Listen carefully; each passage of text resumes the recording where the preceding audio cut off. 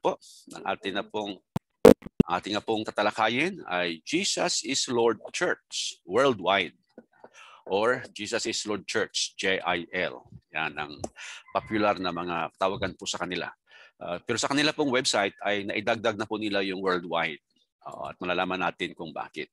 Pinaka-founder po ng religious group na ito ay wala pong iba kundi si E.D. Villanueva.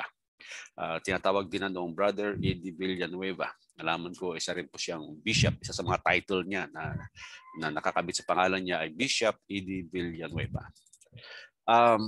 Sabi ay mula sa pagtuturo niya ng isang Bible study sa 15 mga estudyante niya sa PUP College ay dumami na sila at mga 5 million members na daw sila ngayon ayon doon sa kanilang website. Well, maaari sa Wikipedia, ito nanggaling. No? They have planted all over the Philippines and then sa mga 60 other countries. At nakarating na rin sila sa Europa, Australia, Amerika, siyempre Middle East, Africa, and other neighboring Asian countries. Sila ay mayroong mga TV programs, radio, literature, video ministries, I Care, the GIL Christian Schools, GIL Colleges, Foundation Incorporated, and meron silang GIL Worldwide Ministries. That Jesus is Lord Church ay nagsimula noong October 5, 1978 by Mr. E.D. Villanueva, a former atheist, activist, and professor ayon sa kanilang website. He started this with a 15 Bible study at the Polytechnic University of the Philippines. Noon ay kilala sa pangalang Philippine College of Commerce. The founder na si Mr. Eduardo Cruz Villanueva ay ito ang kanyang background. Pinanganak siya October 6, 1946. At sabi ko nga kanina ay commonly referred to as Brother E.D. Villanueva. Isa siyang evangelist and president founder of the Jesus is Lord Church Worldwide, GILCW, na noong martial law ay nabilanggo 2 beses, sabi. No? At ang dahilan ay sapagkat meron siyang nilalabanan na mga land grabbing syndicates doon sa kanyang probinsya ng Bulacan. Siya rin naman ay founder of the Philippines for Jesus Movement, PGM, which has more than 40 bishops from different Christian churches nationwide as members. Kasi ito sila yung kabilang sa mga tinatawag na evangelical churches, yung interdenominational groups, no? Kabilang sila doon. So samahan ito ng iba't ibang mga denominations. Welcome sila doon basta naniniwala sa Bible at sa Diyos ay wini-welcome nila. Yung mga evangelical groups, no? Kung familiar kayo sa kanila, kabilang po sila doon. At sinimulan niya or he founded the Philippines for Jesus Movement. And then, naging presidential candidate itong si Mr. Villanueva noong 2004 at saka 2010 Philippine elections. No? At isa sa mga narinig kong comment, kung totoo, sabi nila na mayroon siyang 5 million to 6 million members ng GIL at kung silang lahat daw ay bumoto sa kanya, as claimed they are solid na mga miyembro. Kung na bumuto lamang ang lahat ng miyembro nila, ay panalo na sana si Mr. Villanueva. Pero hindi. At kumandidato rin siya noong senatorial candidate, the 2013 midterm Philippine elections as standard bearer ng partido po nila, the Bangon Pilipinas Party. Isa rin siyang radio TV evangelist at nagmamay-ari ng Zooey Broadcasting Network, a commercial television and radio broadcasting station which owns BHF Channel 11 and Channel 33. He is also the owner and founder of the Jesus is Lord Colleges Foundation, a Christian school in Bukawi, Bulacan, at ang kanyang may bahay ang presidente po noon. Currently, sa ngayon po ay miyembro siya ng 18th Congress of the Philippines. Has been a deputy speaker of the House of Representatives since July 22, 2019. Kaya kita niyo po, no?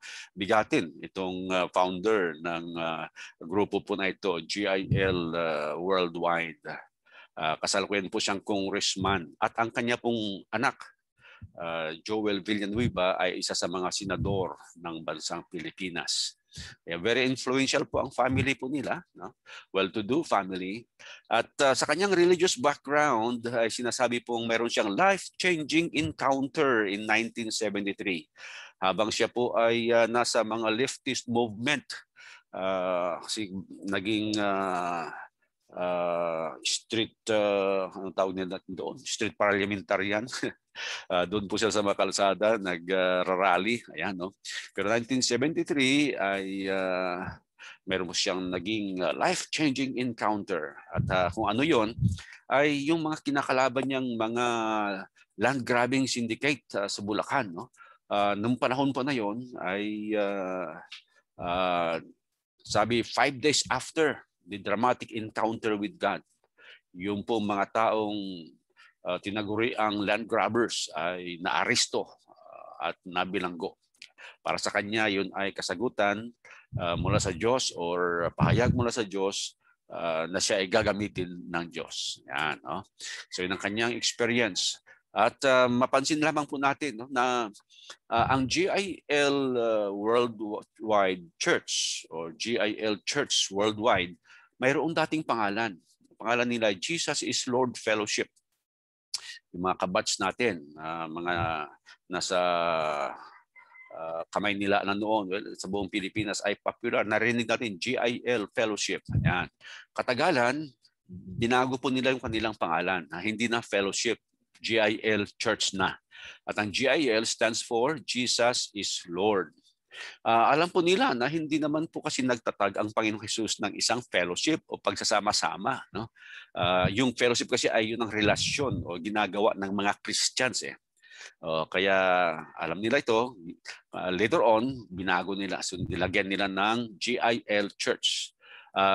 Alam po nila, sabi ng Panginoong Hesus, I will build my church. So church ang kanya pong tinayo. Hindi isang samahan o fellowship o pagsasama-sama o hindi relasyon, kundi isang church.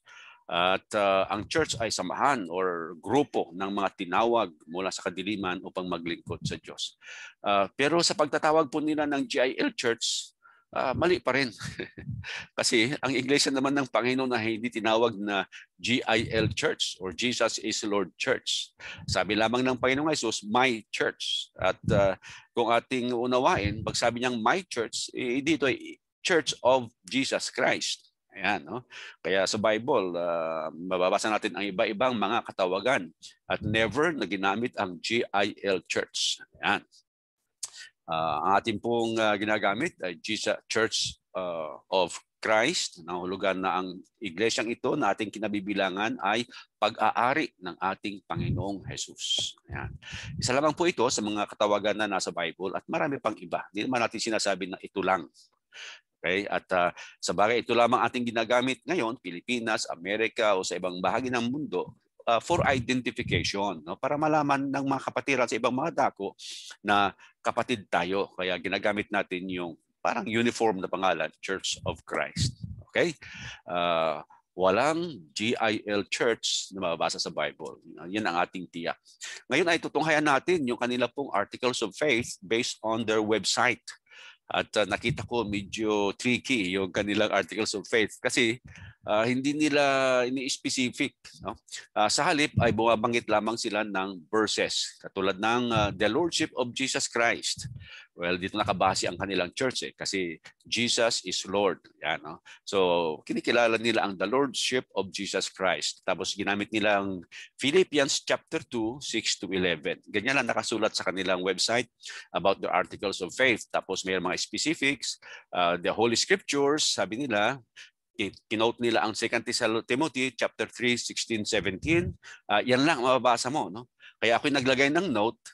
Take note, they have their own interpretations of the Bible passages. Oo nga't naniniwala sila sa scriptures, the Bible, pero ayon sa kanilang sariling pagpapaliwanag. At mamaya po, sa pagtalakay natin sa mga specific doctrines nila ay malalaman natin na mayroon nga silang kakaibang interpretations sa mga verses ng Bible at ayon sa kanilang mga katuruan. The eternal Godhead ay naniniwala sila sa Father, Son, Holy Spirit as God, the Trinity. At wala tayong problema roon. About the fall of man ay ganoon din, based on Romans 5:12. Therefore, just as sin entered the world through one man, in this way death came to all men because all have sinned. Plan of redemption, binanggit nila ang John 3:16, napaka-popular na verse, the heart of the Bible. Tama po yan. Kailang meron po silang ibang interpretations katulad ng sinabi na natin. Meron silang katuruang salvation through grace. Ephesians 2:8-9 at saka 1 John 5:11-12 ang basis po nila.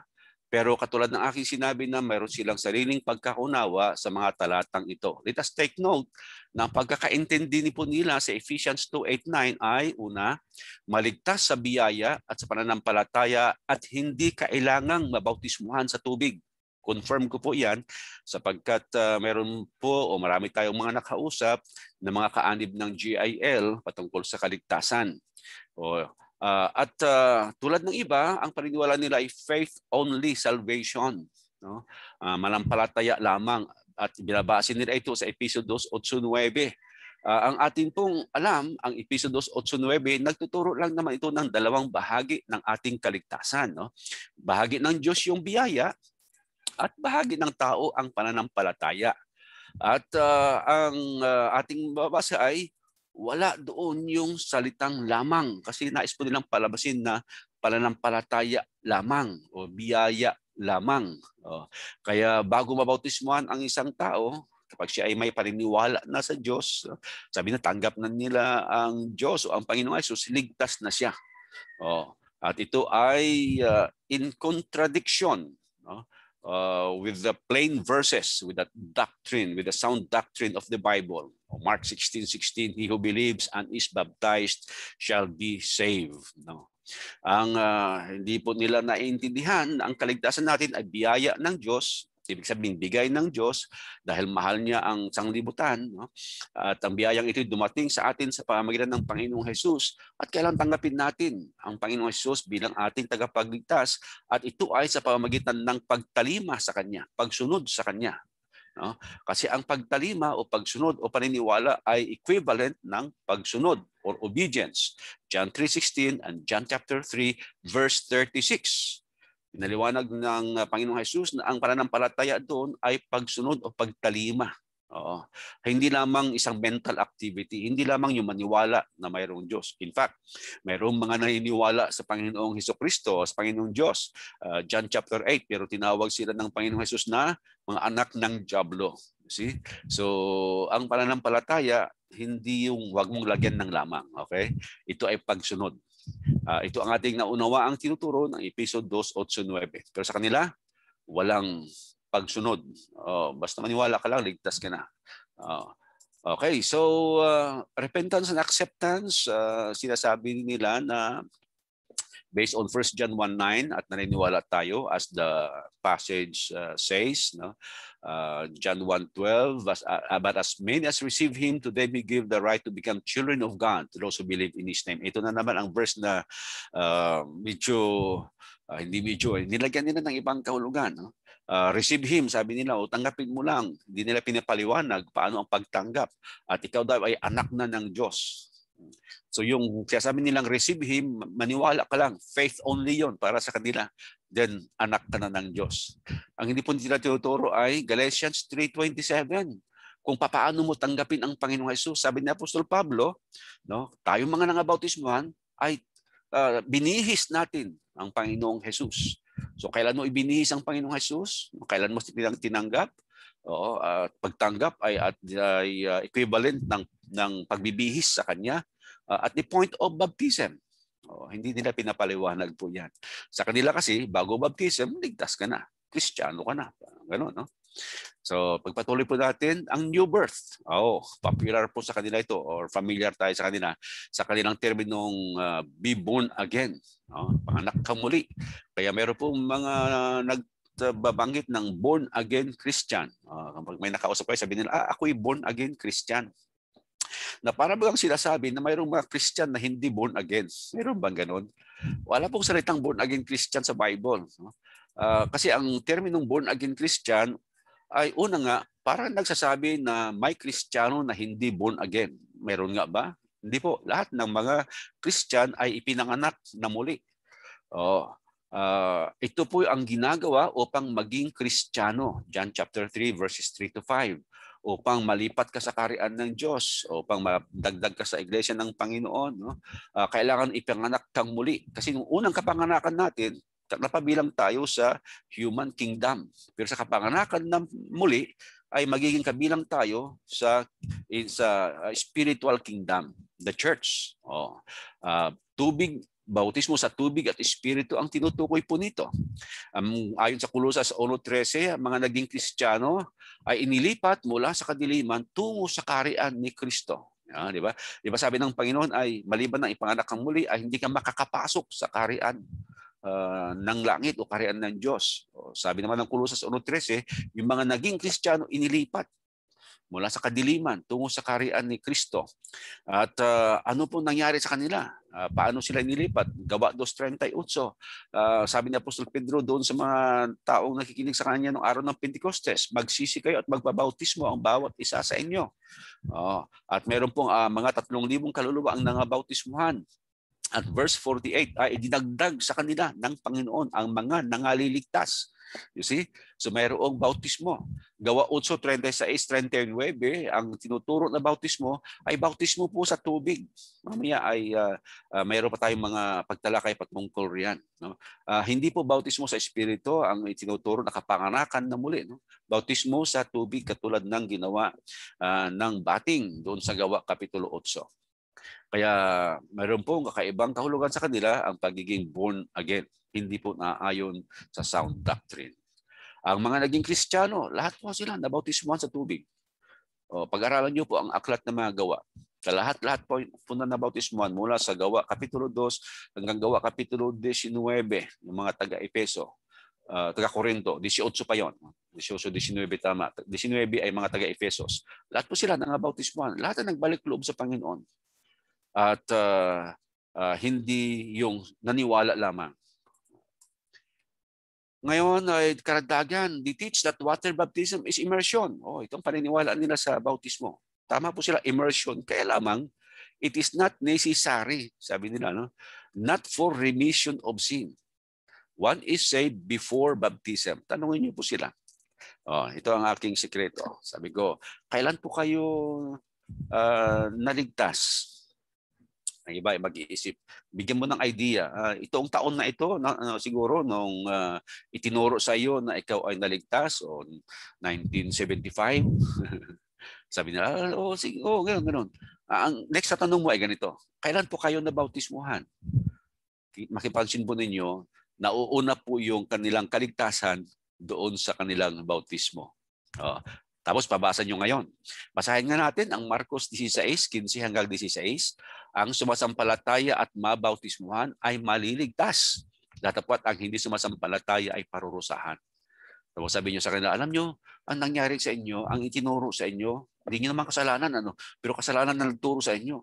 Tinuturo nila na naligtas na kayo bago kayo mabautismuhan. Samantalang ang turo ng Panginoong Hesus, kailangan nyong sumampalataya at mabautismuhan para kayo ay maligtas.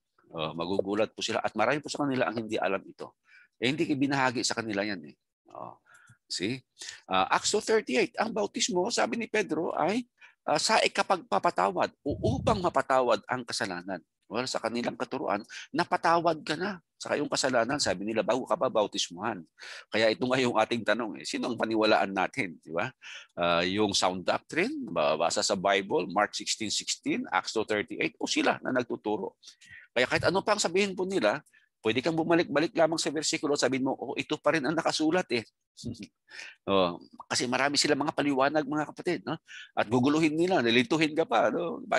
Mahihilo ka sa kanila mga paliwanag. Edi balik ka lang sa verse. Mahaba ang paliwanag mo, sabihin mo sa kanila. Subalit, nakasulat pa rin eh. He who believes and is baptized shall be saved. Repent and be baptized, each one of you, in the name of Jesus Christ, for the remission of your sins. Nakasulat pa rin, hindi mababago. Wala po silang magagawa kasi kakalabanin nila ang nasusulat. Okay? Ganoon na po kasimple ang pagkikipag-usap sa kanila. They also teach about the Lord's Supper, mga kapatid. No? At chinek ko ito. Kasi kinote nila ang 1 Corinthians 11:23 at ito naman po ang lagi nating binabasa kapag tayo nagpa-partake ng Lord's Supper. Chinek ko nga yung kanilang website. Mayroon akong napansin doon, no, sa kanilang live online worship. Doon mayroong comment doon sa baba. Sabi doon, i-prepare nyo na yung inyong ubas at saka yung elements para sa Lord's Supper. Sabi ko, ay mayroon nga pala sila. So chinek ko ngayon ulit. Ang aking concern kasi kung katulad ba ng nasusulat ang frequency, gaano kadalas ang kanila pong pagpartake ng Lord's Supper. So isang kapatid na dating kaanib ng GIL ang aking minessage at yanong sa kanya, Brad, sabi ko, noon bang miyembro ka dito ay meron ng Lord's Supper? Sabi niya, wala Brad, wala. Oo. So nagbabago pala ang grupong ito, no? Nung panahon nila, sa bagay mga panahon nila ay mga 1970s, 1980s, late 80s nung una kong matagpuan itong kapatid na ito na aking pinagtanungan. So late 1980s, wala silang Lord's Supper. Kasi sabi niya, isipin mo Brad, ang kanila pong sistema ay lahat ay masaya eh. Awitang masaya, sasayawan ka, ganyan. Ayaw nila yung tahimik. Ikaw mag-Lord's Supper, maging tahimik yan. Ayaw nila yung ganong sitwasyon na tahimik. So, tapos sabi niya, paiyakin ka nila, tapos patatawanin. Ganun lang ginagawa namin noon, sabi niya. Oo nga naman. Pero ngayon, sabi niya, baka nagbago nga sila, sabi niya. No? Dahil nga mayroon na akong nabasa patungkol sa Lord's Supper. Pero ito po mga kapatid, no? Acts 20 verse 7, maunawaan po natin na ang sound doctrine ay tuwing unang araw ng Sanglinggo. Kasi ng halimbawa no? At ng unang araw ng Sanglinggo, nang kami nangagkakapisan upang pagputol-putulin ang tinapay, si Pablo ay nangaral sa kanila, nag-aakalang umalis sa kinabukasan at tumagal ang kanyang pananalita hanggang sa hating gabi. So kailan nila sinagawa? Unang araw ng Sanglinggo. Okay? Ang unang araw ng Sanglinggo ay pananambahang Kristiyano. Nangulugan po na ito ay bahagi ng kanilang pananambahan. At mula noong matatag ang Iglesia ng Panginoon, maunawan natin, ito na ang kanilang ginagawa. Pag pinag-aralan nyo ang Gawa Kapitulo 20, sinadya nila Apostol Pablo ang manatili doon sa Troas, sa isang lugar, no? Upang sila ay makapanambahan. At sabi doon, unang araw ng Sanglinggo, nagkakapisan sila upang mayroong pong dahilan. Ang purpose ay sinabi. Dahilan ng kanilang pagtitipon ay upang pagputol-putulin ang tinapay. Sa makatuwid ay bahagi ng pananambahang Kristiyano at katulad po ng ibang mga bahagi ng pananambahang Kristiyano, isinasagawa po ito tuwing unang araw ng Sanglinggo. Unang Korinto Kapitulo 16, yung pong pagbibigayan ng mga Kristiyano, bahagi ng pananambahang Kristiyano, ginagawa tuwing unang araw ng Sanglinggo. At dahil ito ay bahagi, yung Lord's Supper ay bahagi ng pananambahang Kristiyano, sasabihin din natin na tuwing unang araw ng Sanglinggo ang kanila pong pagpuputol-putol ng tinapay, pag-inom ng katas ng ubas. Ang mga ibang mga religious groups, depende sa kanila. Kailan nila gusto. Meron po yan. No? Ang sound doctrine is every Sunday worship ng mga Kristiyano ay mayroong pagpuputol-putol ng tinapay. At baptism. Tungkol po sa bautismo ng Espiritu Santo ay pinapaniwalaan nila upang makagawa ng miracles ang tao ngayon. Yan po ay isa sa mga katuruan po ng grupong ito. At isa sa mga popular teachings po nila, baptism of the Holy Spirit or in the Holy Spirit. Pero ang dahilan ng bautismo nila sa Espiritu Santo ay upang makagawa ng mga miracles. Noon, paniniwala nila, hanggang ngayon, paniniwala nila. At ang basihan po nila, Acts chapter 2, verse 4. Kung saan ay sinasabi, all of them were filled with the Holy Spirit and began to speak in other tongues as the Spirit enabled them. So gusto nilang palabasin na lahat ng Kristiyano na filled with the Holy Spirit at makapagsalita ng iba't ibang mga wika. Acts 2:4. Dinagdagan nila Acts 1:4. But you shall receive power when the Holy Spirit has come upon you, and you shall be witnesses to me in Jerusalem and all Judea and Samaria and to the end of the earth. So pinapalabas nila yung you, nakausap ng Panginoong Jesus, including them. Sila hanggang sa ngayon. Kaya lang mga kapatid, kapag sinali mong sarili mo doon, mayroon kang problema sa pagpapaliwanag, pag-uunawa. Kasi ang mga you dito sa verse 8 ng Acts 1 ay mga witnesses ng Panginoong Jesus. You shall be witnesses to me, sabi ng Panginoong Jesus. Saan? Jerusalem. Kung isali mo ang sarili mo doon sa iyo, doon ka magsimula sa Jerusalem na maging witness. And in all Judea. Kasi isang city yung Jerusalem. Province niya yung Judea. And Samaria, ito yung next na province, Samaria. And to the end of the earth. Nangyari lamang ito, kinaya lamang ito, o tanging ang makakagawa po nito, yung totoong mga kausap ng Panginoong Hesus. Sino yung mga yon? Mga apostles. Kaya nga sila ay nanatili sa Jerusalem hanggang sila ay nangabautismuhan ng Espiritu Santo. At yun ang nagbigay sila ng kakayahan, sa kanila ng kakayahan na mag-speaking in tongue, gumawa ng mga miracles, at iba pa. Pagpatuloy po natin. Kaya sabi ng Bible na ang Panginoong Hesus ay nangako sa mga apostles. Tatanggapin nila ang baptism in the Holy Spirit at ang pangakong ito ay natupad. Tinupad ng Panginoon ito sa mga apostles, Acts 1:8. Nangyari ito, Acts chapter 2, 1-4. At nang dumating ang araw ng Pentecostes, silang lahat ay nagkakatipon sa isang dako.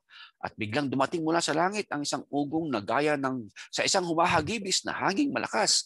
At pinuno ang buong bahay na kanilang kinaupuan. Kanila napansin ito yung pronoun, ano? Silang lahat, kanila, tutukoy sa mga apostoles. At sa kanila may napakitang mga dilang kawangis ng apoy. Sa kanila, mayroon siyang tinutukoy na subject na nagkabahagi at dumapo sa bawat isa sa kanila. At silang lahat ay nakapuspos ng Espiritu Santo at nagpasimulang magsalita ng iba't ibang wika ayon sa pinagkakaloob ng Espiritu na kanilang salitain. Ang palatandaan, ang sign na sila ay nabautismuhan ng Espiritu Santo ay yung kakayahan nilang magsalita sa iba't ibang mga wika. At naulit lamang po ang ganitong pangyayari na pagtanggap ng Holy Spirit at nakapagsalita ng iba't ibang mga wika doon sa isang kaso pa, no? Nang kay Cornelio sa Gawa Kapitulo 10 verse 44. Samantalang nagsasalita pa si Pedro na mga salitang ito ay bumaba ang Espiritu Santo sa lahat ng nakikinig sa kansang salita at silang sa pagtutuli na nagsisampalataya ay nangamaang na lahat na nagsiparoon kasama ni Pedro sapagkat ibinuhos din naman sa mga hintil ang kaloob ng Espiritu Santo sapagkat nangarinig nilang nagsasalita ang mga ito ng mga wika at nagpupuri sa Diyos nang magkagayoy sumagot si Pedro. At ito po yung pangalawang pagkakataon. At binuhos ang Espiritu Santo, direkta, walang ginamit na sinumang tao, sa mga hintil naman. Kasi ang pangyayari po sa Gawa 2 ay sa mga Hudyo. Ito naman ngayon ay sa mga hintil. In fulfillment of the prophecy, according to Joel chapter 2 verse 28, that God will pour out His Spirit to all flesh. Yung all flesh po na yun, hindi ibig sabihin na lahat ng mayroong laman. Ano? Sa halip ay tumutukoy sa mga Hudyo at mga hintil sapagkat ang humanity ay nahahati lang naman sa dalawa. Ang lahi ni Abraham at sa mga hindi. Mga Gentiles, the others, ang tawag po roon. No? Ang pong ibig sabihin ng hintil, the others, ang mga iba. Kung sila ang nag-uusap ng mga Hudyo, mga lahi ni Abraham, binabanggit nila yung wala sa kanilang lahi, yung iba, the others, the Gentiles, yun sila. Pero ang pangako ng Diyos, to all flesh, mga Hudyo o mga Grigo. Ganon din sa church. No? Ang tinanggap ng Diyos sa kanyang iglesia ay ganon din, mga Hudyo o mga hintil. Wala pagpipili na sa lahi. So nangyari po, natupad po ang pangako na yan o ang propesya na yan, no? Sa mga apostoles at sa mga hintil. At hindi po ito nagpatuloy na katulad ng pinapaniwalaan nila. Sapagkat ang ipinag-utos ay hindi naman itong bautismo sa Espiritu. Sa halip, yung bautismo po sa tubig. Marcos 16, 15 hanggang 16, nabasa na po natin. Matthew Kapitulo 28, 18-20 ay ganoon din. Pagkatapos nasabi ng Panginoong Hesus, sumayo kayo, bautismuhan ninyo or ganyong alagad ang lahat ng mga bansa. Bautismuhan niyo sila sa pangalan ng Ama, ng Anak at ng Espiritu Santo. So ang ipinag-utos niya ay bautismo sa tubig. At kung bakit natin sinasabi na bautismo sa tubig, sapagkat yung halimbawa po ng sumunod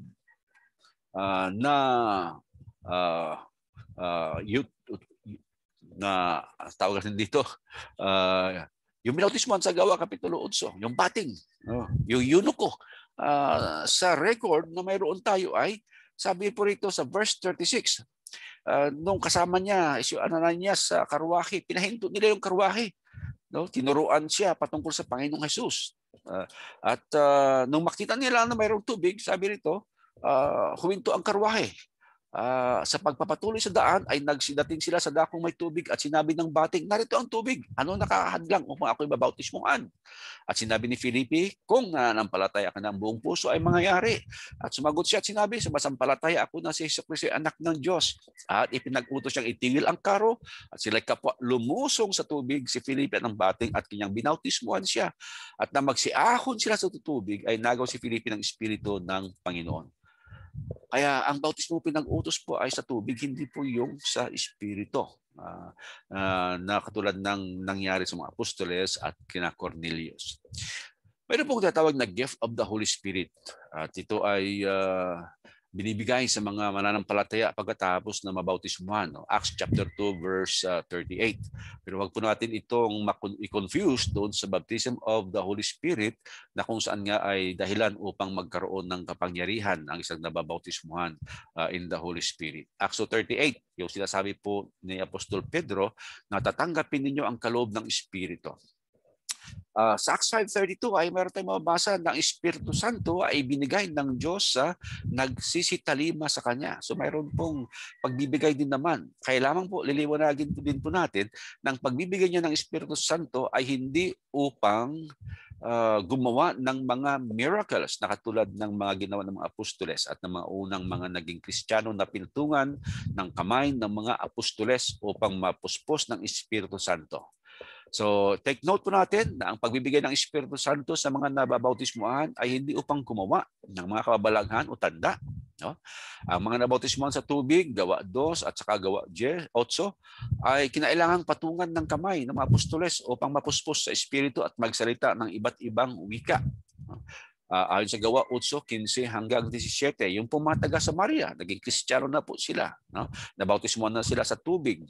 So tinanggap nila yung Espiritu Santo. Katulad ng sinabi ni Pedro sa Gawa 2:38, Gawa 5:35, subalit, kinailangan pang patungan ng kamay nila Apostol Juan at ni Pedro.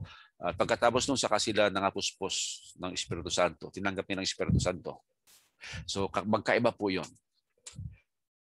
At dahil sa tinanggap na nila daw ang Espiritu Santo, okay, yung mga GIL ngayon o sino pa man sa mga miyembro nila, no, ay meron na silang kakayahan na gumawa ng miraculous healing. So isa yan sa mga paniniwala po nila. Ang kino-quote po nila, sinisipit nila James chapter 5 verse 14 to 15. Pag sinasabi po nila miraculous healing, ito po yung supernatural na panggagamot.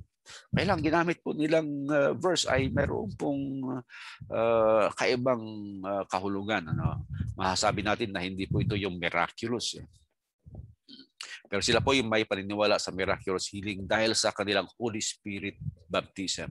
Okay? Tingnan natin itong bagay na tinatawag na miraculous healing. Ang nasusulat po, sa mga may sakit, no? Ang payo ng Panginoong Hesus, alam nyo, pumunta sa doktor. O Matthew 9:12. Datapwat nang ito'y marinig niya ay kanyang sinabi, ang mga walang sakit ay hindi nangangailangan ng manggagamot, kundi ang mga may sakit. So anong sinasabi niya? Pag may sakit, kailangan ng doktor. Hindi yung katulad ng paniniwala ng marami sa mga Pentecostal churches at naniniwala ko na ganito rin ang paniniwala ng grupong ito. Hindi mo kailangan magpa-doktor, manalangin ka lang. Mga gano'n, no? Pero no, ang kanilang mga miyembro ng pamilya ay nagkasakit, takbo naman sila sa doktor. Yun ang alam kong kwento-kwento. Okay? Pero may sakit, opo, naniniwala po tayo sa pananalangin. Kapangyarihan ng dalangin. Pero mismo sabi ng Panginoong Hesus, pumunta sa doktor. Kasi kailangan ng doktor ang may sakit. Na katulad ng may kasalanan, kailangan niya ang tagapagligtas. At hindi naman tayo umaasa lamang sa doktor sa sarili niyang kakayahan. with prayer pa rin po, natulungan ng Diyos ang doktor na yon na magamot ang ating sakit. At yung mga gamot na binibigay niyo po sa atin, ipinagdarasal pa rin po natin na maging epektibo mga ito, maging kagalingan ng ating mga sakit. Maliban po roon, ay ating pong maunawaan din na ang paggawa ng mga apostolis ng mga tanda ay ayon sa pangako sa kanila at ang mga ito ay patunay ng kanilang ipinapangaral. Sila po kasi yung pinangakuan. Na po? At tinanggap nila ang pangakong ito na sila ay makakagawa ng mga tanda nung sila ay mangaral at wala pa naman silang binubuksan na Bible noon, bagong tipan, wala pa naman po noon, di pa nabubo. Ang luma mayroon na, ang bago ay wala pa, wala silang bubuklatin aklat, kapitulo, bersikulo para sabihin sa mga tao na ito ay paniwalaan ninyo kasi ito ang turo ng Diyos. So ano po ang sistema? Ito mababasa natin. Marcos 16, 17 hanggang 20. At lalakip ang mga tandang ito sa magsisisampalataya. Magpapalabas sila ng mga demonyo sa aking pangalan. Magsasalita sila ng mga bagong wika. Sila ay magsisihawak ng mga ahas at kung magsiinom sila ng bagay na makamamatay sa anumang paraan ay hindi makasasama sa kanila. Ipapatong nila ang kanilang mga kamay sa mga may sakit at sila ay magsisigaling. At verse 20, nagsialis sila. Sino yung sila? Yung tinutukoy na mga magsisisampalataya. No? At nagsialis sila, mga apostoles ang tinutukoy. At nagsipangaral sa lahat ng dako na gumagawang kasama nila ang Panginoon, na pinatutuhanan ang salita sa pamamagitan ng mga tandang kalakip. Siya nawa. Pansin po ninyo, yung mga salitang binigyan po natin ng diin. No? Yung pong mga apostoles ang kausap ng Panginoong Jesus. No? Na sila yung mga nagsipangaral sa lahat ng dako. Oo. Sila ay gumawa na kasama ang Panginoon at yung kanilang mga pangangaral ay pinatutuhanan pamamagitan ng tandang kalakip. Yung tanda po ay sign. Yun po ang miracle. O ano po yung mga tanda na yun? Balik po tayo sa verse 18. Sila ay magsisihawak ng mga ahas, magsisiinom sila ng bagay na makamamatay, anong paraan hindi makakasama sa kanila, papatong nila ang kanilang mga kamay sa mga may sakit, sila ay magsisigaling. Ngayon po, maraming man lang nagkiklaim yan. Merong maangkin na nagagawa nila. At ang iba po sa kanila ay namatay na. Bakit? Kinagat, natuklaw sila ng ahas na makamandag. O, namatay. Hindi nga para sa kanila yun. O, at mayroong pong mga nagdidebate. Sasabihin nila, china-challenge nila yung kanilang mga kausap na kung naniniwala ka, nakasama ka dito sa mga binigyan nito. O sige, sabi nila, ito yung lason, no? Inumin mo nga kung hindi ka mamamatay. O, ayaw naman nilang inumin. O, so hindi po kasi para sa lahat yan.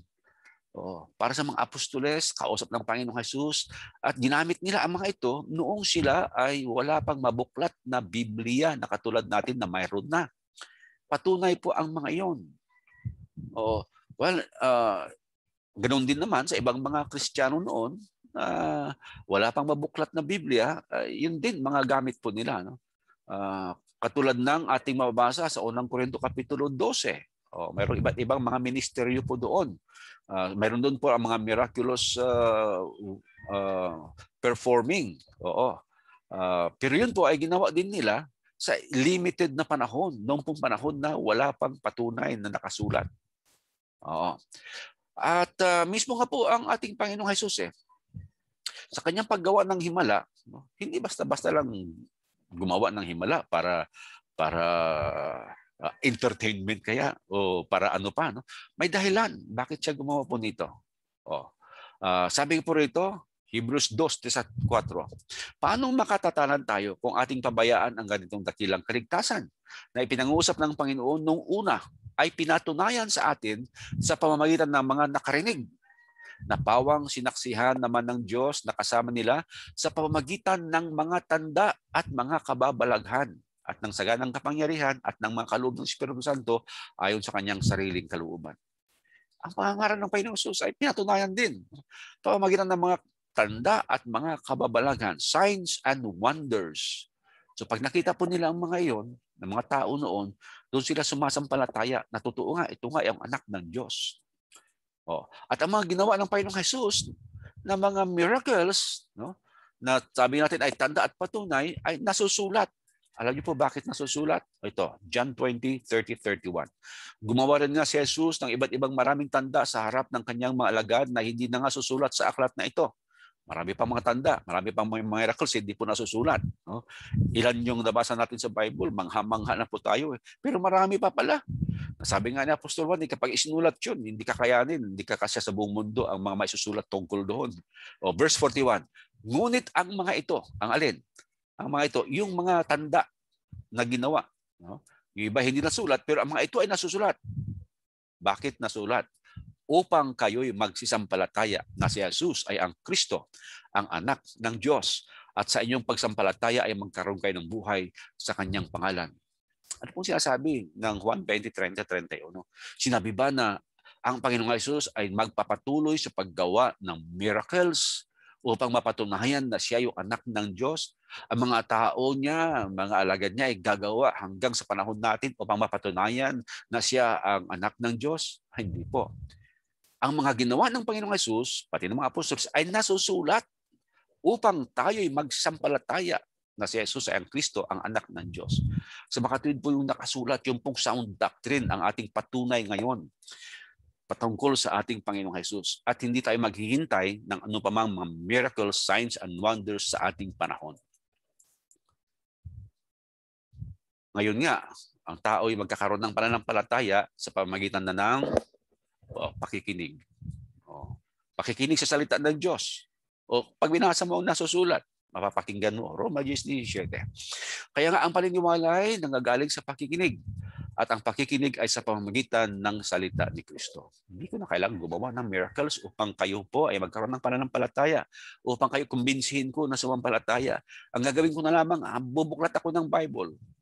Aklat, kapitulo, bersikulo. O ito ang inyong paniwalaan. Ganoon na po sa atin pong panahon. At sapagkat ibinigay na lahat ang tungkol sa pananampalataya, hindi na kailangan pang mga himala, mga kapatid. Huwag tayo maghintay ng mga himala na katulad ng himala na noong panahon ng mga apostoles o ng siglo. Kasi sa pagpapaliwala din po ng himala, kung minsan, ang tao ay mayroong maling unawa. Hindi lang nila maunawaan yung isang bagay, sa kanila miracle na yon. O kaya napakalaking pangyayari, no?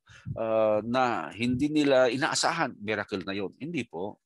Ang miracle ay extraordinary, supernatural. Yung kakaiba doon sa natural. Ang natural ay, halimbawa, mahulog ka, bababa ka, babagsak ka. Natural yun. Natural law of gravity yun, yung gravity. Pero pag nahulog ka at pumailan lang ka sa taas, yun ang hindi natural. Diba? Yun ang miracle. Ang miracle ay, di ba, may sakit ka. Pinagdasal mo, gumaling ka, hindi yun miracle. No? Kasi ikaw ay nagpahinga, ikaw ay minom ng gamot, nagpatingin sa doktor. Divine healing ang tawag po doon. Paggaling na galing sa Diyos. Ang miracle ay ito. Halimbawa, ang kamay mo ay wala ng laman. Buto na lamang yan. Buto at balat na lamang. Okay, nagdasal ka at bigla, nagkaroon ng laman yung katawan, butot balat. At bigla kang tumayo, bigla kang tumakbo. Yan ang miracle. Pero kung ang paggaling natin, no, ay tayo ay nagpahinga, kumain ng mabuti, kumain ng mga masusustansyang mga gulay at iba pa, no? At nagpatingin tayo sa doktor, inom tayo ng mga gamot, etc. Ay gumaling tayo, bumalik yung ating dating kalakasan. Divine healing po 'yon, paggaling na galing sa Diyos. Hindi na po natin kailangan pa ang mga miracles ngayon upang patunayan ang ating pananampalataya. Kasi ang lahat na tungkol sa pananampalataya, ibinigay na minsan. Ito ang sound doctrine. Jude 3, mga minamahal, samantalang ako'y totoong nagsisikap ng pagsulat sa inyo tungkol sa kaligtasan nating lahat, ay napilitan akong sumulat sa inyo na inaaralan kayong makipaglabang masikap dahil sa pananampalataya na ibinigay na minsan at magpakailanman sa mga banal. Binigay na po. Yung iba naghihintay pa . Pamamagitan daw ng miracle, sasabihin daw sa kanila ano yung dapat. Saka sila mananampalataya. Hindi po, naibigay na, nasusulat na sa sound doctrine, nasa Bible na po yun tungkol sa pananampalataya. Gusto mong malaman, basahin mo ang nasa Bible, pakinggan mo ang katuruan ng Bible. Ang mayroong ngayon, ay ang divine healing at hindi po miraculous healing tulad ng sinasabi ko po. James 1:17, ang bawat mabuting kaloob at ang bawat sakdal na kaloob ay pawang buhat sa itaas na bumababa mula sa Ama ng mga ilaw na walang pagbabago ni kahit anino man ng pag-iba. So, pag-iiba. No? Ang ating paggaling sa ating mga karamdaman ay galing sa Diyos. Sa kanyang awa at sa kanyang biyaya. Kinasangkapan niya ang mga doktor na binigyan niya sila ng mabuting kaisipan, karunungan, kagalingan, ang mga medisina na galing din naman sa mga nilikha ng Diyos, ang mga medisinang yan, binasbasan niya, ininom natin, at yun, gumaling po tayo. Divine healing po ang tawag natin doon. Naniniwala po sila sa mga speaking in tongues, no? Pagsasalita ng iba't ibang mga wika. At mga nakaraan ay narinig ko itong si Mr. Villanueva na nagsalita daw ng speaking in tongues. Pero wala akong naintindihan na lingwahe. Pakinig ko, para lang naman ng bulol-bulol lang. Wala talagang lingwahe na ako'y narinig. Iba naman na nagpa-practice parang mga inchik. Pero ang inchik naman wala naintindihan sa kanila. Kasi po, ang speaking in tongues sa Bible ay pagsasalita ng isang wika o ibang wika. Basahin po natin ha. Gawa 2:4 hanggang 6. At silang lahat ay nangapuspos ng Espiritu. Tumutukoy po ito sa araw ng Pentecostes, sa mga apostoles na tumanggap ng Espiritu Santo. Nangapuspos sila ng Espiritu Santo at nagpasimulang magsalita ng iba't ibang wika. Pasin po nyo yun. Binibigyan ko ng diin, iba't ibang wika. Ayon sa pinagkakaloob ng Espiritu na kanilang salitain. Verse 6, at nang marinig ang uwong ito ay nangagkatipon ng karamihan at nangamaang sapagkat sa kanila mula sa apostoles, narinig ng bawat isa na sinasalita ang kanyang sariling wika. Yung mga apostoles pala nag-speaking in tongues, no? Narinig ito ng mga tao at namangha yung mga tao. Bakit? Ang naririnig nila mula doon sa mga apostles na nag-i-speaking in tongue ay yung sarili nilang wika. So kung totoo na sila ay mayroong speaking in tongue ngayon, ang GIL, kapag nag-speaking in tongue si Mr. Villanueva, maintindihan ko sa kanya, Ilocano. Si Ilocanong sarili kong wika o kaya Cebuano kasi naintindihan ko yun. Ay hindi ko naintindihan yung Ilocano man, Cebuano man, Mailonggo man, Iligaynon man, wala akong narinig sa kanya na ganoon eh. Kundi parang nabubulol lamang siya eh. Tuloy natin. Acts 2:7-11. At silang lahat ay nangagtaka at nagsipanggilalas na nagsasabi, narito, hindi baga mga Galileyong lahat ang mga nagsisipagsalitang ito? At bakit nga naririnig ng bawat isa sa atin ang ating sariling wikang kinamulatan? Mga Cretense at mga Arabi, etc. Pinutol ko po yung verse kasi medyo mahaba po yun. Liliit po yung letra natin. Tutuloy natin. Ay naririnig nating nagsisipagsalita sila sa ating mga wika ng mga makapangyarihang gawa ng Diyos. Paulit-ulit po yan. Mga ating wika. So language, ang speaking in tongue. At ang mga tongues na ito, mga wikang ito mga kapatid, na katulad ng speaking in tongue ng mga apostles, hindi po nakadesinyo na magpapatuloy hanggang sa ating panahon. Bakit? Ito nga po yung ginagawa lamang nila noon nung wala pang nakasulat na bagong tipan. Ito ay pamaraan nila noon na patunay na sila ay galing sa Diyos. Tingnan natin, mayroon ba tayong patunay yan? Ito, unang Korinto 13:8-10. Sa salaysay ni Apostol Pablo tungkol sa pag-ibig, no? Sabi niya sa 8, ang pag-ibig ay hindi nagkukulang kailanman. Kahit mga hula o kahit maging mga hula, okay? Hula is one of the gifts. Isang tanda o wonder. Ito, akalain mo yung huhulaan mo mangyayari bukas, sa future. Diyos na may gawa niyan. No? Sabi ni Pablo, maging mga hula ay mga tatapos. Matatapos pala eh. Maging mga wika, ito na, speaking in tongue, maging mga wika ay titigil pala. Maging kaalaman ay mawawala. Yung kaalaman na ito po mga kapatid, hindi itong kaalaman natin. Ito yung miraculous na kaalaman na kahit hindi mo pinag-aralan, ay alam mo. Kasi ito ay miracle nga eh. Pahayag ng Diyos ito. No? Pero sabi ni Pablo, mawawala ito. Matatapos, titigil. Kailan naman mangyayari yan, Apostol Pablo? At bakit? Bakit muna? Verse 9. Sapagkat, ito ang sagot ng bakit. Sapagkat nakakakilala tayo ng bahagya at nanganghuhula tayo ng bahagya. Yun pala. Bahagya lang yun. Hindi yun ang kabuuan. Part lang ang panghuhula, ang pagkakakilala.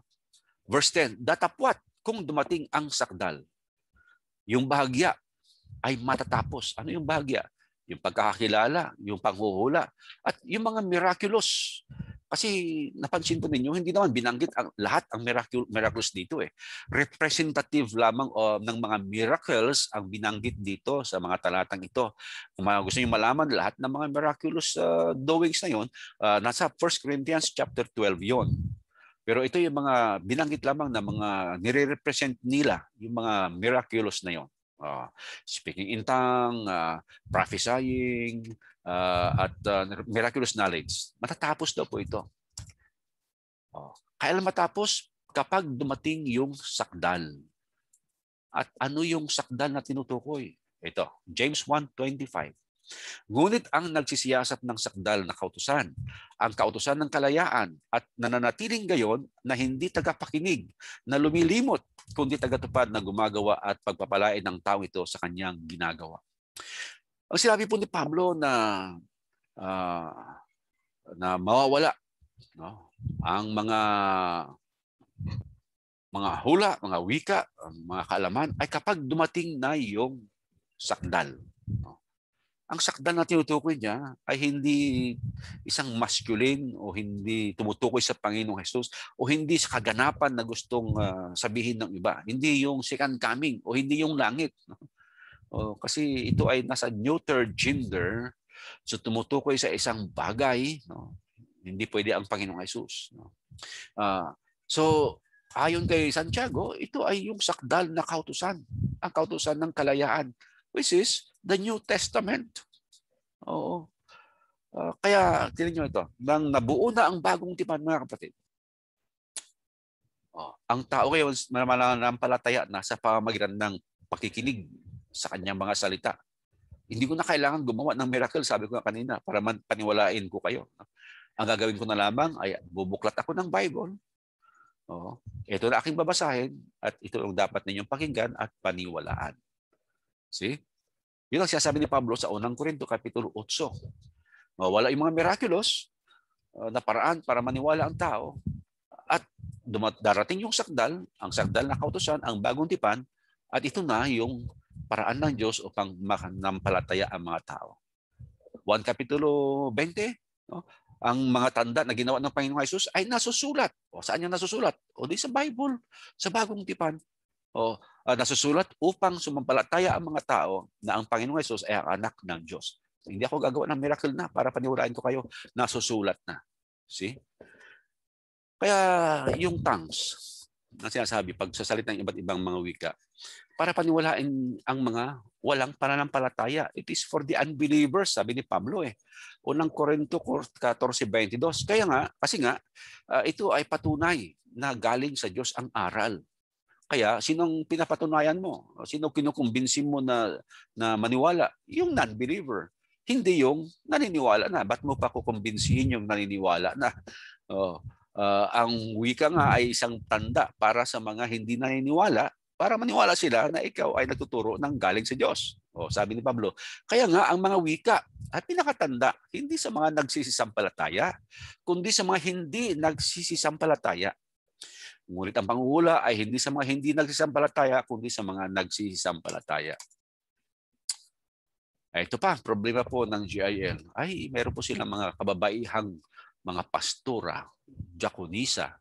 Katulad din ng mga denominasyon na iba. Pero natin sinasabi ng Bible, may kaibahan ang papel na ginagampanan ng mga kalalakihan at ng mga kababaihan. Sa unang Timoteo 2:8 ay maliwanag. Sabi ni Pablo, hindi ko pinapahintulutan na mga kababaihan ay mamuno sa mga kalalakihan. Basahin natin. Ibig ko nga ang mga tao, at nilagyan ko po ito ng kahulugan. Kasi sa Griego po, yung word na tao, hindi po yan yung general term for men, which is anthropos. Hindi po, no? Anthropos po si general. Anthropology, study of man. General term po yan. Pero dito po sa 1 Timothy 2:8, ang word na tao doon ay galing sa salitang Greek na andro o andros. Specific word for male. Yan. Hindi nga ba yung tinatawag rin Andres? Si Andres. Under Desaya, mga ganun ginagawa natin. Yung word na andro, lalaki, ang ibig sabihin nun. Okay, so ito. Ibig ko nga ang mga lalaki, tao na lalaki, magsipanalangin sa bawat dako na iunat ang mga kamay na banal na walang galit at pakikipagtalo. Gayon din naman ang mga babae ay magsigayak ng mahinhing damit na may katimtiman at hinahon, hindi na malagang hiyas ng buhok at ginto o perlas o damit na mahalaga. At kundi siyang nararapat sa mga babae na magpakabanal sa pamamagitan ng mabubuting gawa. Ang babae ay mag-aral na tumahimik na may buong pagkapasakop. Ngunit hindi ko ipinahihintulot na ang babae ay magturo ni magkaroon ng pamumuno sa lalaki, kundi tumahimik. Bakit? Tanong natin bakit? Verse 13, sapagkat si Adam ay siyang unang nilalang sa si Eva, at si Adam ay hindi nadaya, kundi ang babae ng madaya ay nahulog sa pagsalangsang. O sige, mga atwiran na po sila kung ano man ang gusto nilang katwiran. Sabi na nilang katuruan nila yun. Sabi na nilang magagaling mga kababaihan nila. Hindi po yun ang pinag-uusapan. Ang pinag-uusapan ay ang sound doctrine. Ano ang nasusulat? Oo. At hindi naman sinasabi na dahil pinagbabawalan ang mga kababaihan ay mas mababang uri sila ng tao o Kristiyano. Hindi naman. O hindi naman sinasabi na second class sila. O mas bubo sila. Hindi naman sa ganun ang sinasabi. Sabi lang ni Pablo, sapagkat si Adam ay siyang unang nilalang sa si Eva. Ganun lamang po yun. Walang labis, walang kulang. Okay? Oo. At ang mga kababaihan, women are to learn in silence, sabi pa rin ni Apostol Pablo, unang Korinto 14 hanggang 34. At maaari naman sila magturo. Una, sa mga younger women, Titus 2:4, upang kanilang maturuan ang mga babaeng may kabataan na magsiibig sa kanya-kanyang asawa, magsiibig sa kanilang mga anak, magpakahinahon. Pwede rin sila magturo sa mga kalalakihan in private. Katulad ng ginawa ni Ananias, yung mag-asawa. Acts chapter 18, verse 25. Itong si Apolos, tinuruan ng mag-asawa, nagpasimulang magsalita ng buong tapang sa sinagoga. Ito na, si Priscilla, natapat ng siya marinig ni Priscilla at ni Aquila, ay kanilang sinama siya at sinaysay sa kanya ang daan ng Panginoon ng lalong maingat. Narinig nila si Apolos kasi, itong mag-asawa, Priscilla at Aquila. Si Priscilla yung babae. Tiyak yun. Aquila, ay babae pala, lalaki pala si Aquila. Ito yung mga pangalan na parang babae. Pero mag-asawa po sila. Narinig nila si Apolos nangangaral. Ang pinapangaral niya tungkol sa bautismo ni Juan. Ay anong ginawa? Itong mag-asawang ito, tinawag nila si Apolos at sinama siya, kinausap siya at tinuruan siya ng lalong maingat. Ayan. Private pagtuturo po yun. Hindi po siya pinagsabihan ni Priscilla sa gitna ng mga tao. Yan. Hindi po siya sinigawan doon sa pulpito. Wala pong ganoon. Okay, pwede. Kaya lang itong mga kababaihan ng mga JL, doon sila sa harapan. At pastora ang tawag sa kanila. Sabi ng JL, anong paniwala ng JL tungkol sa second coming of Jesus? Well, naniniwala sila. Kaya lang, ginamit nilang talata ay 1 Thessalonians 4:16-17 at alam ko na po ang nilang pakahulugan dyan. Na sa pagbabalik ng Panginoon, ang mga mabubuhay na muli ay sasalubong sa Kanya. Ayon sa sinabi ni Pablo, pero mayroon pong maling interpretasyon ng mga kaibigan natin. Sapagkat sa kanila pong pagtuturo tungkol sa second coming of Christ ay mga premillennialism view. Premillennialism view ang kanila pong tinuturo. Ano yon? Ano yung tinuturo ng premillennialism? Ito po yon. The signs of His coming. Lagi nila sinasabi yan. Pag mayroong mga gera-gera na, lindol, at mga tagutom. Sabi nila, yan na sinasabi ng mga palatandaan. Matagal na mayroong lindol, mayroong digmaan. unang siglo pa meron na. Hindi yun po yun patungkol sa second coming of Christ, yung Matthew 24. Gusto niyo pong malalaman yan, meron pong hiwalay na pag-aaral patungkol sa Matthew 24. Hindi po yun ang mga signs na tumutukoy sa pagbabalik na pangalawa ng Panginoong Hesus. At yung rapture, pinapaniwalaan nila yan based on 1 Thessalonians chapter 4 na binanggit ko kanina, na sa pagdating daw ng Panginoong Hesus, ang makakakita sa Kanya ay ang mga matutuwid lamang. Sila yung mabubuhay na mulit sa salubong sa Kanya. Ay yung mga hindi matutuwid, maiwan sa mundo. Yan ang katuruan ng mga premillennialist tungkol sa rapture. At habang nandun sa kalangitan, kahanginan ang Panginoong Hesus kasama ang mga banal na na-rapture, sabi nila mayroong great tribulation dito sa mundo. Na sinasabi ng tribulation na nasa future pa lamang. And then, saka babalik ang Panginoong Hesus at maghahari siya ng literal na 1,000 taon dito sa lupa magmula doon sa Jerusalem na nakaupo siya sa trono na literal. Ayun ang katuruan ng premillennialism. Kasama po sila sa paniniwala po nito at hindi po yun ang ating na uunawaang turo ng Bible. Mayroon po tayong hiwalay na lesson patungkol po roon. Gusto nyo malaman po, search nyo po sa ating channel. How about tithes and offerings? Napaka-popular na turo po nila ito. They are quoting Malachi 3:10. Ano po yun? Bring all the tithes into thy storehouse that there may be food in my house. And try me now in this, says the Lord of hosts, if I will not open for you the windows of heaven and pour out for you such blessing that there will not be room enough to receive it. Tithes, 10%. Kasama sila sa mga nagtuturo, popular na mga katuruan. Pero alam po natin, ito ay pagbibigay sa lumang tipan. Ang bagong tipan na pagbibigay, hindi po 10%.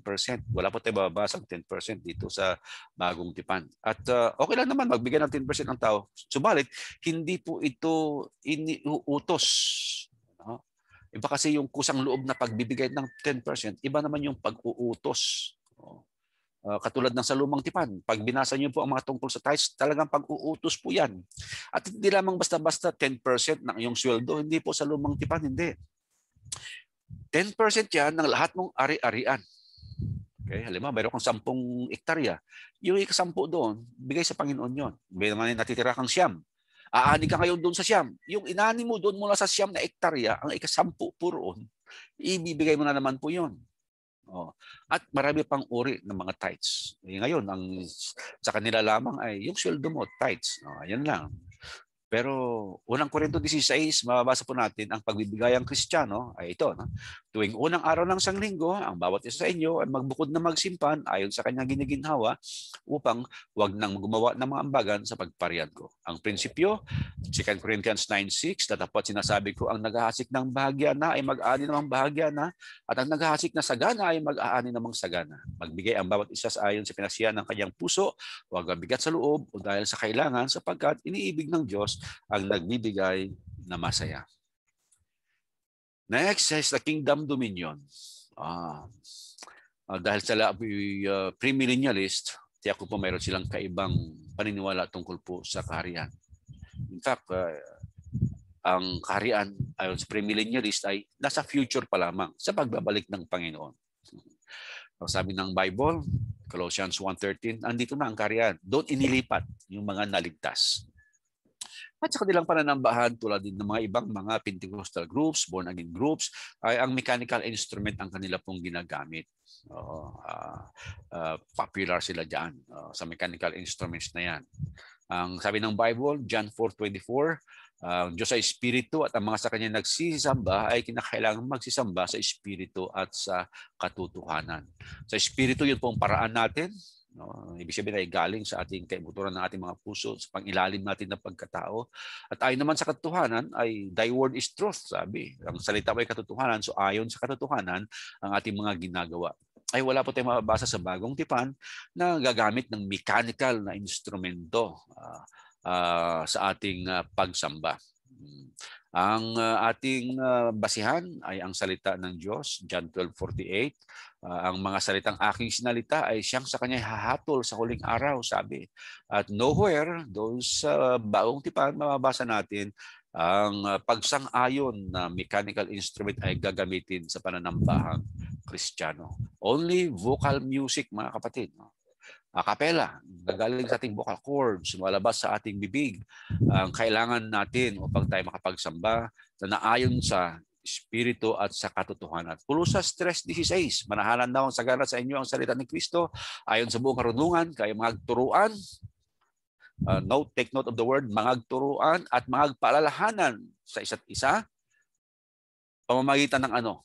Pamamagitan ng mga salmo at ng mga imno at mga awit na ukol sa Espiritu na magsiawit kayong may biyaya sa inyong puso sa Diyos. Tanong ko po sa inyo, yung bang mga mechanical instrument ay makapagtuturo, makapagpaalaala sa isa't isa? Oo. Hindi po magagawa yun. Maiingayan yung iba, yung kanilang kumbo, banda. Yung magandang pakinggan sa tainga, yung mga mechanical instruments. Pero nagtuturo ba yun? Nagpapaalaala ba yun? Hindi po. No? In-specify din sa talatang ito sa anong paraan na makapagturo at makagpaalaala. Ano yon? Sa pamamagitan ng mga salmo. Ano pa? Mga imno. Ano pa? At mga awit. Tapos anong gagawin? Magtugtog? May saliw ng instrumento? Hindi. Na magsiawit. Yun lang po kasimple ang pag-uunawa sa talata. Huwag na po tayong maging scholars pa para mapaniwalaan na walang mechanical instrument sa talata. Ephesians 5:19, ganoon din po. Kayo bang nag-usapan? Paano ba tayo nag-uusap? Huwag niyong gamitin ang daliri sa pag-uusap na kinakalabit ng gitara. Hindi po. Dito sa ating bibig, ang pag-uusap. Ano ang pinag-uusapan natin? Salmo, himno, awit na ukol sa Espiritu na nangag-aawitan. Maliwanag po yan. Nangagpupuri. Saan? Sa inyong mga puso. Hindi po sa kwerdas ng mga instrumento o sa piano. Sa ating mga puso sa Panginoon. And then we have to abide at the teachings of Christ. Kapag lumampas po tayo sa katuruan ng Panginoon, wala tayong Diyos. Wala sa atin ang katotohanan. Kaya wala sa kanila yun. Christians follow the pattern given by God without adding, subtracting, or altering according to our own desires of opinions. Hebrews chapter 8, 5-6, dapat lang natin gawin ay tumalima, sumunod, sapagkat ang ililigtas ng Panginoon ay yaong mga sumusunod, tumatalima sa Kanya. So in conclusion, mga kapatid at mga kaibigan, katulad ng iba pang mga religious groups na sinimulan ng mga tao, ang grupong ito, the GIL, worldwide, Jesus is Lord Church worldwide, ay nagtuturo din ng maraming katuroang labag at salungat sa mga nasusulat na sound doctrine. Kaya nawa ay makarating sa kanila ang aral po na ito at tayong mga nakarinig ay may bahagi po sa kanila at nang magkaroon po sila ng tamang pananaw sa mga nasusulat sa Bible, magtamang pananaw tungkol sa katuruan ng Bible. Magandang araw, magandang gabi sa ating lahat mga kaibigan, mga kapatid. Pagpalain tayo ng ating Panginoong Diyos. Brother Alfred.